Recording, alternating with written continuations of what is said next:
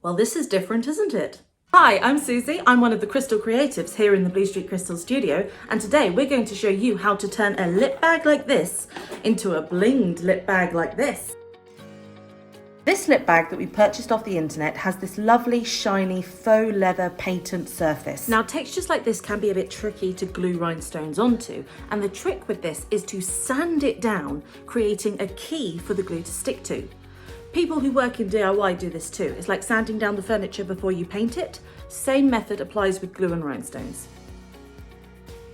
To give this lip bag some sparkly volume, we are using 3 shades of red. For the shadows and dark outlines, we are using Siam, which is the darkest shade out of the standard red colours from Serinity.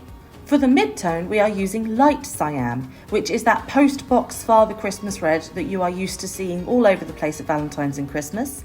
And for the highlights, we are using Padparadscha, which can be found in the oranges as well as the reds. And that's going to give us a lovely highlight with the Siam around the outside and in the middle. The red is going to be mostly light Siam here, and the Padparadscha we are going to use just at the top here and on the bottom lip. Now that the surface is prepped, we can start applying our E6000 Plus resin glue. This is a pre-mixed resin glue that you can find on our website, and we're going to put it into the applicator syringe for some accuracy with the pink 18 gauge tip. Let's get the crystals out of the way, and we're going to go around the outside edge first. And we can apply the glue around the entirety of the outside edge because we are now going to leave it to dry. It might seem like a small step to let the glue get tacky over a few minutes, but it really will make all the difference when it comes to placing those crystals, because the glue will not squidge up around the edges. So grab yourself a cup of coffee, give yourself a few minutes, and actually, this is a wonderful opportunity to introduce you to the office dog. So this is Pippa, and we are lucky enough at Bluestreak Crystals to have her visit the office regularly, and isn't she such a beautiful little actress? Anyway, enough time has passed now, so we can move on to the next step of the crystals. When figuring out how many crystals you need for something like this, it's really worth using the crystal calculator over on our website. It will do the math for you, so all you need to do is measure the length, measure the width, and then it will be able to figure out the surface area, and then it will tell you literally how many of which size of crystal you will need, which I think is pretty cool. Now that the resin glue is tacky enough to work with, we're going to start placing our Siam Serinity rhinestones using the sharpenable wax picker pencil that you can find on our website. Now, when you're picking up crystals, some of you might be tempted to use tweezers, though I don't know why you do this to yourselves, because the wax crystal picker pencil will save you so much time and pain. Literally, watch me do it now. The reason we do the outline first when embellishing an object has a few different reasons.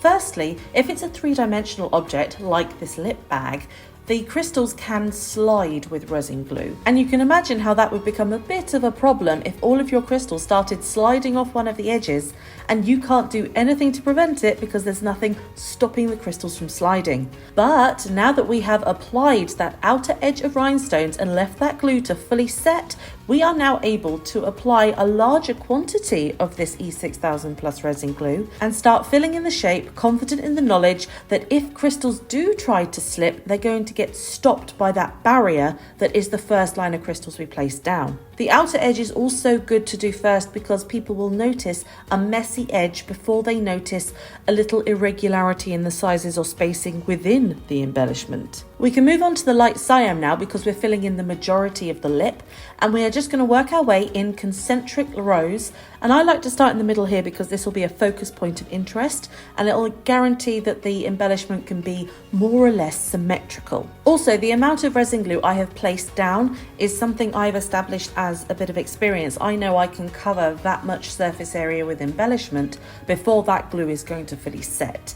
So it is worth doing a little bit of trial and error and figure out how quick you are at embellishing, because the amount of glue I have placed down here works out to roughly 45 minutes worth of embellishment. By the time you get to an hour, the glue is going to be too dry for the crystals to stick properly, and you'll have to start putting layer on top of layer.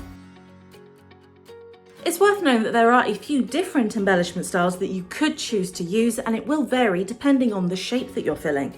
For instance, you have the grid embellishment style, which literally goes in rows and it will line up top and bottom as a perfect grid. If it's in a regular shape, you would use it as concentric lines that go all the way around and they work their way into the center. I have an example of concentric lines embellishment style on the wall behind me. So if I just destroy the set for a second, here is an example of concentric lines on a larger object. Now there is a bit of a catch with this embellishment style if you have corners like this and it's an irregular shape, because you are going to have little corners and gaps where in this case, SS20 crystals from Preciosa are going to be too big to fill that available space. It's not going to fit, it's going to be too big, too big. You can look really closely. There are smaller rhinestones there, which we used to fill the remaining space. And we're going to be doing the same on this lip bag. There is another embellishment style and it's called the scatter embellishment style. And it's one of my favorites, but it does take a bit of time and it needs a wide variety of crystal sizes. And this is an example of the scatter embellishment style and includes some shapes as well. If you're interested, this is the Caribbean crystal mix and we've got another video over on TikTok if you want to see it. You can also use scatter to create an ombre effect. If I just introduce my friend Yorick here, you can see an example of a scatter ombre. It's densely packed at the edge and then it thins out. If I just get really close there, you can see. This is one of my favorites. There is a video of us making this one if you want to take a look. This section of the bag has now been allowed to dry fully, and now we can start continuing the rest of the embellishment design, and I recommend you start from the other side so that we can work our way into the middle. In my opinion, this is one of the fun parts of a rhinestone embellishment, because it's kind of like building a digital image where the pixels are different colours, but this time you're doing it with rhinestones. So you can build the shading and blending and a sense of 3 dimension on an object by where you choose to place the different colours.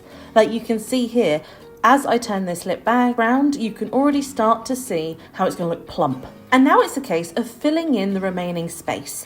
And I like to continue the concentric lines as much as possible because that will continue the illusion of a 3-dimensional shape. At this stage, there is also a little bit of cheating you can do in terms of crystal spacing.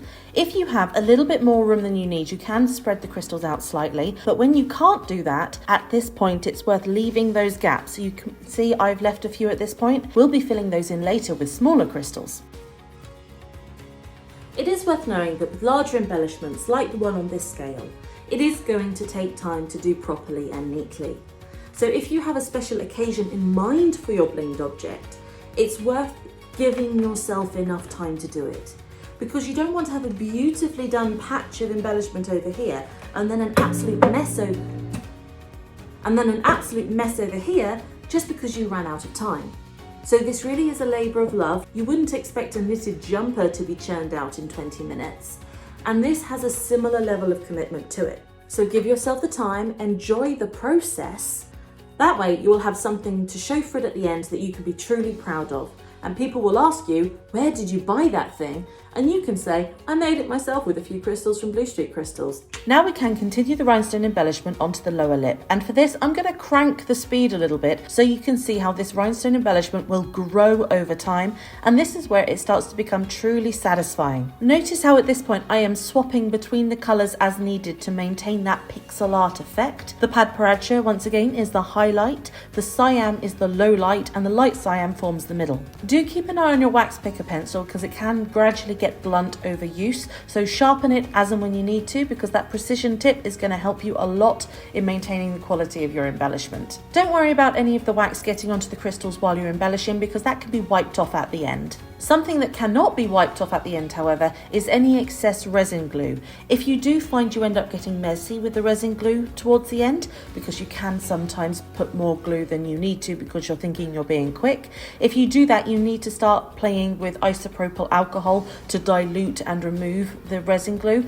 but it is better to just use less instead of more. And remember that slow and steady does win the race, especially this kind of race. Once you've filled all the available space that you can with the SS16 crystals, you can now start filling in those remaining gaps that you have deliberately left empty. And this is where the smaller rhinestone sizes start to come in. I find a safe rule is to choose a crystal that is reliably just under half the size of the crystal that you are using for the majority of your embellishment. For the thin gap between the two lips, I'm going to change it up slightly and use a different style of crystal. For this, I'm going to use Serinity Stardust, and these are tiny unfoiled AB coated crystals that are primarily used in nail art, but in this instance we are just going to scatter them over a layer of the E6000 Plus and let it dry before dusting away any excess. And here is the finished lip bag rhinestone embellishment, encrusted with Serinity crystals and Serinity Stardust between the lips.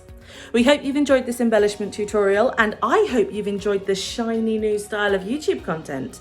If you have, be sure to let us know by liking the video and subscribe if you haven't already. I particularly enjoyed showing you Pippa the dog. If you would love to see more of her, do let me know in the comments so I can convince the owners to let her show up more on camera. Also, if you have any questions regarding this embellishment specifically or rhinestone embellishment in general, do pop a question in the comments, and you never know, it might become the inspiration for our next video. If you would like to see more sparkly content, either of these videos might be of interest to you. That's everything from me this time, and I will see you next time here in the Bluestreak Creative Studio.